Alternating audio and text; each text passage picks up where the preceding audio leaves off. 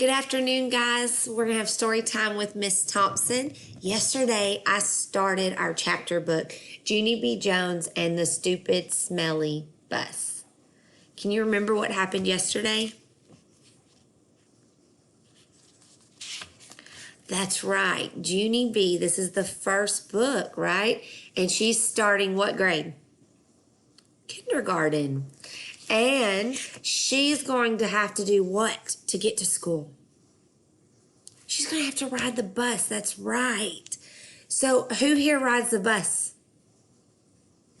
Yeah, a lot of us ride the bus, don't we? To get back and forth to home and school, right?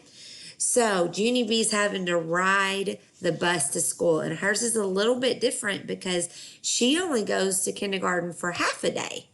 So she rides it in the afternoon to school and then home to school. And she's not too happy about riding the bus right now. She's a little nervous. Did you ever get nervous and get that funny feeling in your tummy when you had to ride the bus or try something new? So this is something brand new for Junie B. And she's a little bit nervous on how that is going to go. So let's see what happens in chapter 3. And this chapter is called The Stupid Smelly Bus. The bus wasn't like my daddy's car at all. It was very big inside, and the seats didn't have any cloth on them. The little curly girl was sitting near the front, and so I tapped on her. "Guess what?" I said. "Mother said for me to sit here." "No," she said. "I'm saving this seat for my best friend, Mary Ruth Marble." Then she put her little white purse on the place where I was going to sit.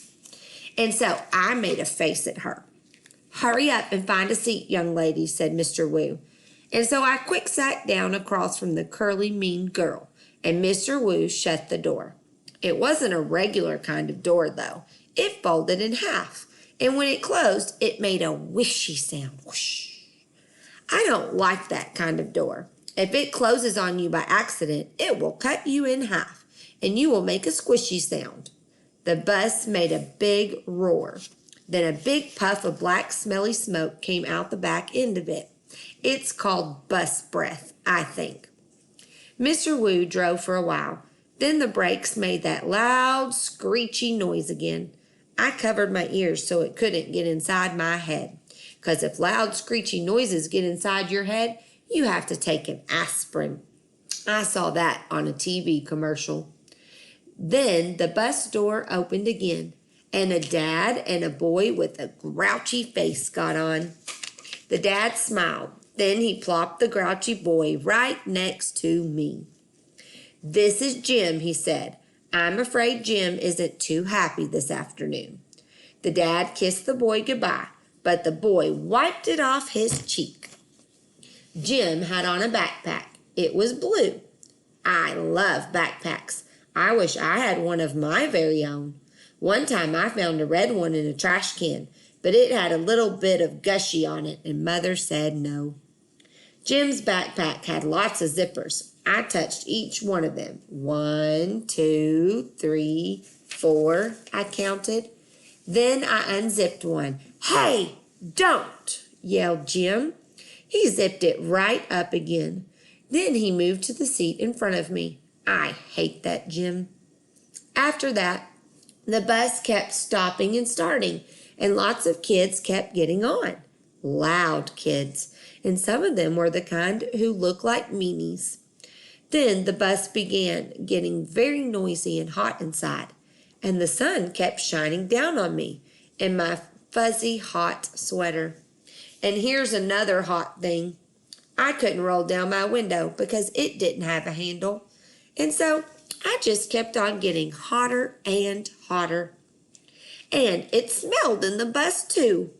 The bus smelled like an egg salad sandwich. "I want to get off of here," I said right out loud.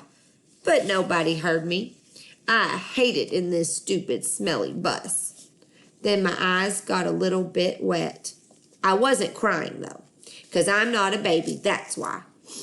After that, my nose started running. Only the bus didn't have a glove compartment, which is where you keep the travel tissues, of course. And so I had to wipe my nose on my fuzzy pink sweater sleeve. Then I stayed on the bus for about an hour or 3 until finally I saw a flagpole and a playground. That meant we were at kindergarten. Then Mr. Wu drove the bus into the parking lot and stopped. I jumped up very fast because all I wanted to do was get off that stupid smelly thing. Only guess what? That Jim pushed right in front of me, and the curly mean girl did too. And then people started squishing me real tight. And so I pushed them away, and they pushed me right back. That's when I fell down. And a big foot stepped on my skirt that looks like velvet. "Stop it," I yelled. Then Mr. Wu hollered, "Hey, hey, hey." And he picked me up and helped me off the bus. Mrs. was waiting for me, just like my mother said.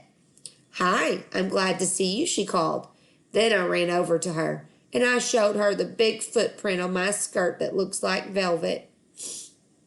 Yeah, only look what happened. I got stepped on, and so now I'm soiled.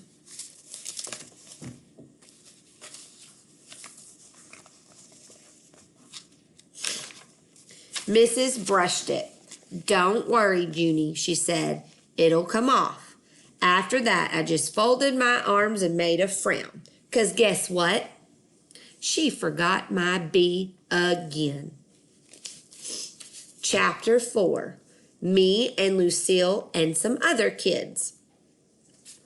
Some of the other bus kids turned out to be in my class too. One of them was that Jim. That Jim I hate. Mrs. made us line up. Then we followed her to our room. Its name is Room 9. There were other kids waiting by the door.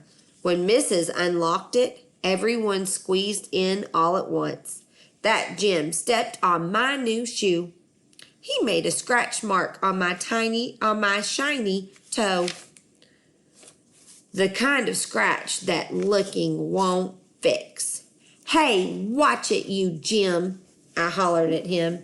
Mrs. bent down next to me. "Let's try to use our quiet voice while we're in school," she said. I nodded nicely. "I hate that Jim," I said in my quiet voice. After that, Mrs. clapped her hands together very loud. "I want everyone to find a chair and sit down as fast as you can," she said. That's when I ran to the table with the red chair. Only guess what? There was already someone sitting there. A girl with little red fingernails. And so I tapped on her and said, "I would like to sit here, I think." "No," she said, "I am." "Yeah, only I already picked that chair out," I told her. "Ask my mother if you don't believe me." But the girl just shook her head no. And then Mrs. clapped her loud hands again and said, "Please find a seat." And so then I had to quick sit down in a stupid yellow chair, the same color as the yellow bus. After that, Mrs. walked to a big closet in the back of the room. It's called the supply closet. She got out boxes of new pointy crayons and some white circles. Then she passed them out, and we had to print our names on the circles and pin them to our fronts. It was our first work. "If you need help spelling your name, raise your hand," said Mrs. I raised my hand. "I don't need help," I told her. "Grandma Miller says I print beautifully." I used red, but then a mistake happened. I made my Junie too big, and there wasn't any room left for my B. And so I had to squish it very teeny at the bottom. "I hate this circle," I hollered. Mrs. made the shh sound and gave me a new one. "Thank you," I said nicely. "Grandma Miller says I print beautifully." The girl with the little red fingernails was faster than me. She showed me her circle and pointed to her letters. Lucille. "That spells Lucille," she said. I like that name of Lucille, I said. 'Cause guess why? Seals are my favorite animals, that's why. Then Mrs. passed out drawing paper, and we drew pictures of our family. Mrs. put a happy face sticker on mine. It was very good, except I made my father too teeny, and Mother's hair looked like sticks. After that, Mrs. took our class on a walk around the school. Everyone had to find a buddy to walk with. My buddy was Lucille. We held hands. The boy I can beat up was right in front of us. His buddy was that Jim. That Jim I hate. The first place we walked to is called the Media Center. My mother calls it a library. It's where the books are. And guess what? Books are my very favorite things in the whole world. Hey, there's a jillion of them in here, I hollered, feeling very excited. I think I love this place. The librarian bent down next to me. She said to use my quiet voice. Yeah, only guess what? Right now, I just like the kind of books with pictures. But Mother says when I get big, I'm going to like the kind with just words. And also stewed tomatoes. The boy I can beat up said, shh. I made a fist at him. Then he turned around. After that, we went to the cafeteria. The cafeteria is where kids eat lunch. Except not when you're in kindergarten. I said, it smells yummy in here. Just like biscotti and meatballs. Then that Jim turned around and held his nose. P-U. I smell you, he said. Lucille laughed very hard. And so I stopped holding her hand. The next place we went was to the nurse's office. It's very cute in that place. There are 2 little beds where you get to lie down, and 2 little blankets that are the color of plaid. Our nurse doesn't look like a nurse. She doesn't wear white clothes and white shoes. Our nurse is just a regular color. Lucille raised her hand. My brother said that last year he came here, and you let him take off his shoes, and he got a drink of water in just his socks. That Jim turned around again. P.U. I smell your feet, he said to Lucille. This time Lucille stuck out her tongue at him. After that, we held hands again.